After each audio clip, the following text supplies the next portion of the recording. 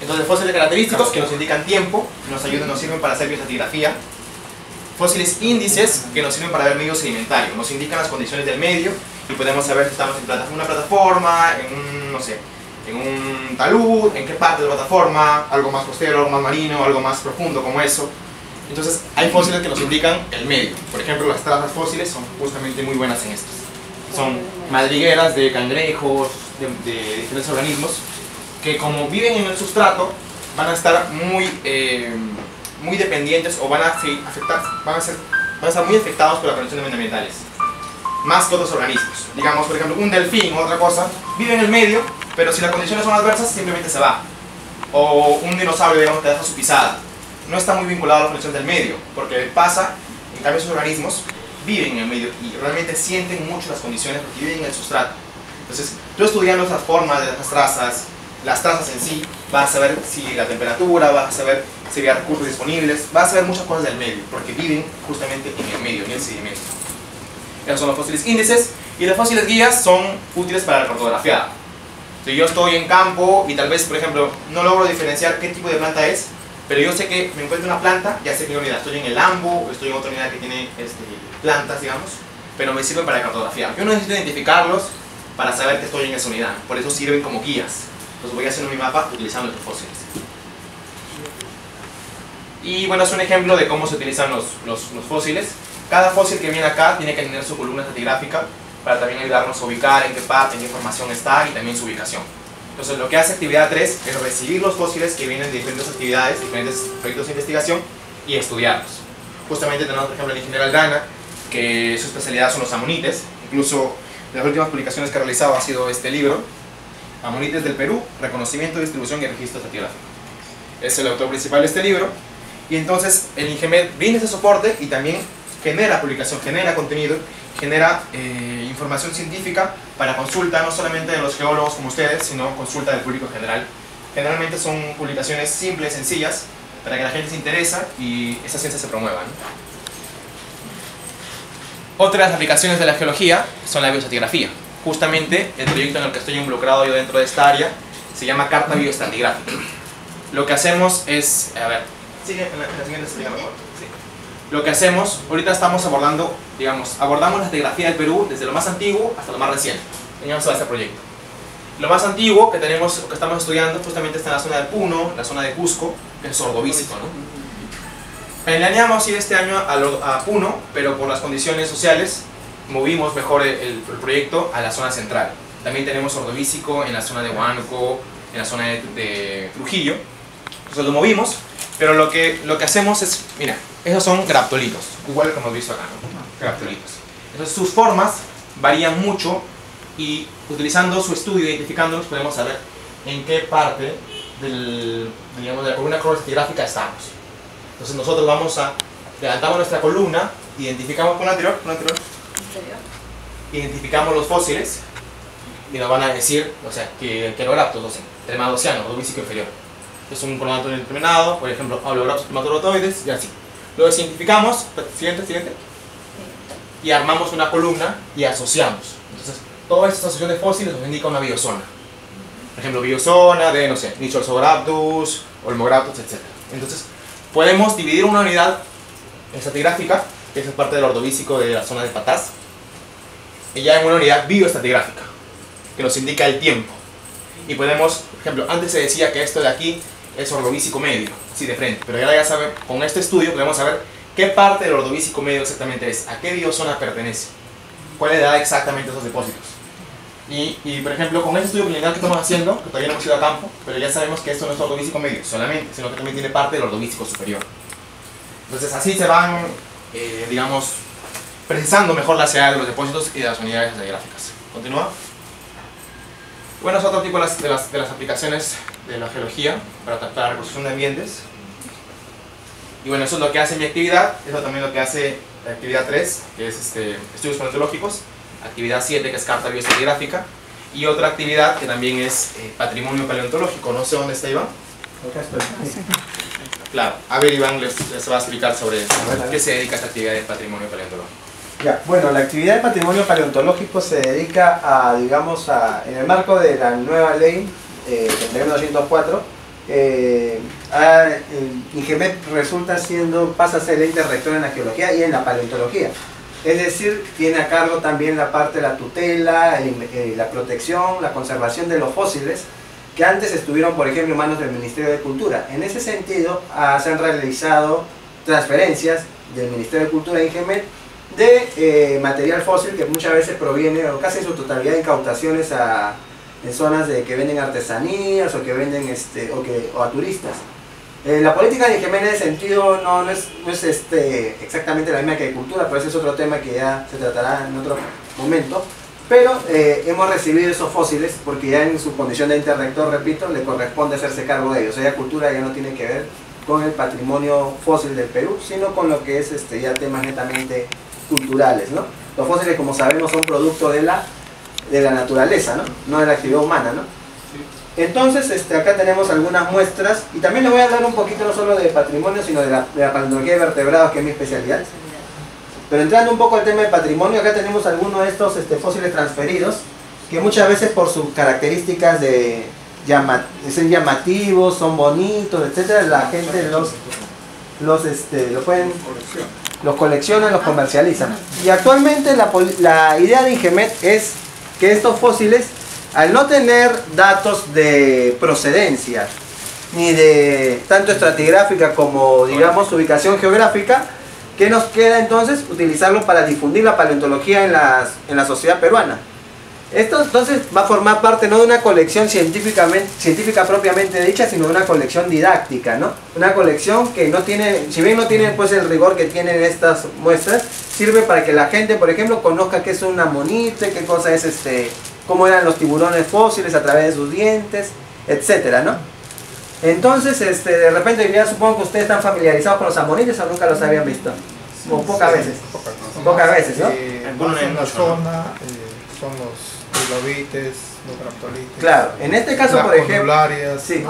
Entonces, por ejemplo, lo que hace INGEMET para crear su colección didáctica es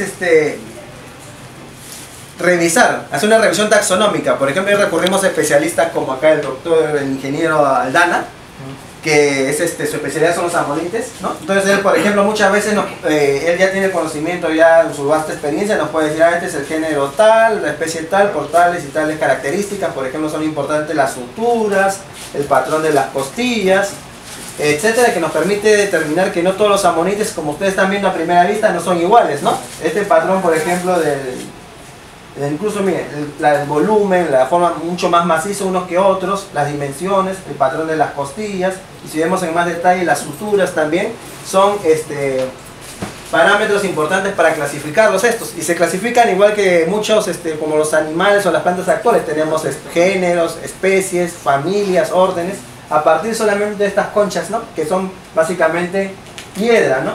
Pero sin embargo estas características nos permiten hacer una clasificación de estos organismos. Es muy importante entonces que lo que INGEMET está haciendo ahorita es, con este material, está tratando de hacer una revisión, ¿sí? Puede decir qué especie es, se puede hacer. No sabemos exactamente de dónde vino, pero aún así la experiencia de los geólogos pueden decir, por este color esta roca es de tal lugar, como ya nos ha dicho, por ejemplo, el geólogo Jacay, por ejemplo, ¿no? Que es la zona de Ancash, ¿no? Nos ha dicho. O sabemos la edad, por ejemplo, acá el ingeniero Aldana sabe, pues, por ejemplo, que me podría decir más o menos qué edad es esto, ¿no? Digamos, ¿no? Claro. A ver, por ejemplo. Ya, continúo. Entonces, ya he explicado bastante, o sea, sobre todo acá es importante la determinación para determinar el fósil, ¿no? Porque estos mayormente son fósiles característicos, los fósiles de guía. Ustedes bien saben, como geólogos, que ¿cómo se llama? Hay una determinada edad que vivieron ciertos tipos de fósiles. En este caso los cefalópodos, en este caso los amonites, vivieron en el Cretácico. Mayormente, la mayoría vivieron en el Cretácico. Desde el Cretácico hay que determinar la edad exacta de los fósiles, si era etangiano, actiano, albiano, cenomaniano, hasta arriba, hasta donde llega todo el Cretácico. ¿Ya? Acá, como ven, hay que tener también en cuenta los flancos, si son muy planos o son muy convexos. para determinar el tipo de fósil. También hay que ver también ¿cómo se llama? El corte de acá de la parte apical, ¿no? Si es agudo, es ancho, para también determinar también el género. Todas estas características el paleontólogo tiene que tener en cuenta. Ya he explicado sobre la línea de sutura, todo eso. También hay que tener en cuenta la curvatura de las costillas. Si son también bifurcadas o trifurcadas, ¿no? Estos detalles muy característicos que el paleontólogo tiene que saber, ¿no? Como ustedes saben, se ha publicado un libro, un boletín, en la que he participado bastante, sobre toda la fauna toda la fauna mayormente del Jurásico Cretácico, porque en realidad acá no tenemos muy poco sobre amonites, hay coloideos también. Generalmente los coloideos se representan en el ordovícico, recién aparece como los ortoceras, ¿no? Que después fueron alargadas, pero son muy pocos, se han encontrado aquí en el Perú, sobre todo ordovícico y el devónico, generalmente son ortoceráceos. Bueno, acá ya está petrificado, la roca no está petrificado, son unas calizas, y la coloración le da que ha sido muy profundo o no ha tenido mucha oxigenación, ¿no? Ese color, acá son un poco más claras, son ¿cómo se llama? Calcáreas también, rocas calcáreas. La forma, lo grande o lo pequeño lo da la temperatura y también la salinidad y la temperatura de las aguas, ¿no? Cuando más ¿cómo se llama? Mayor temperatura.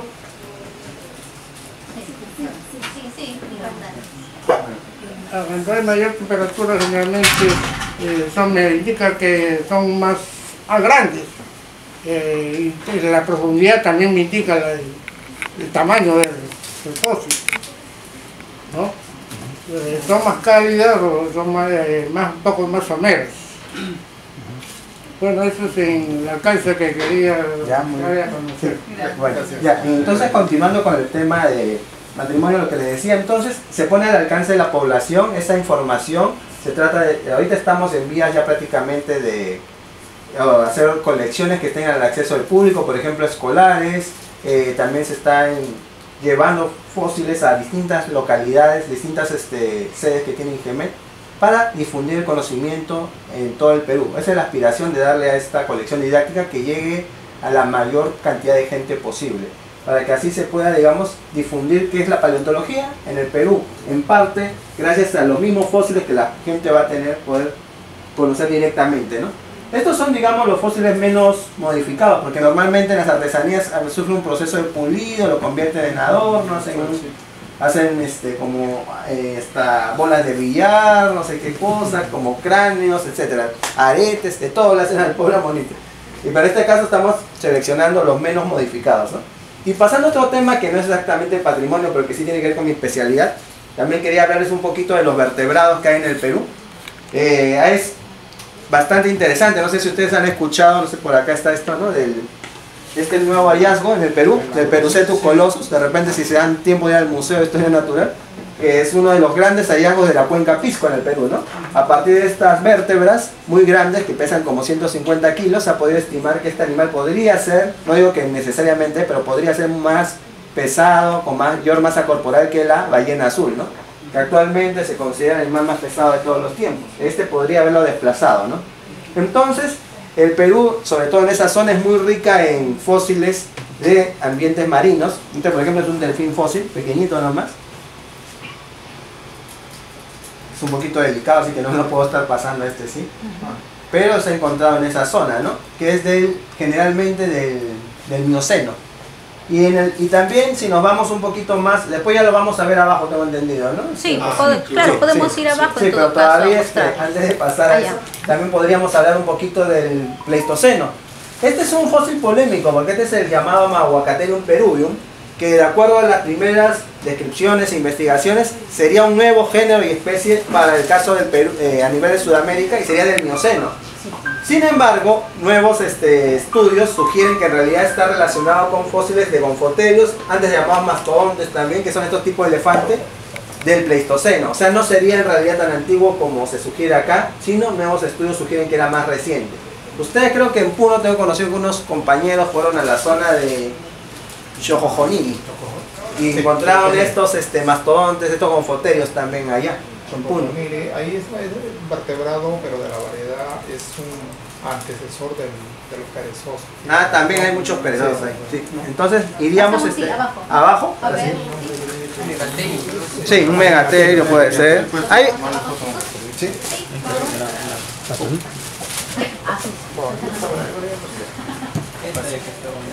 Tomarle fotos.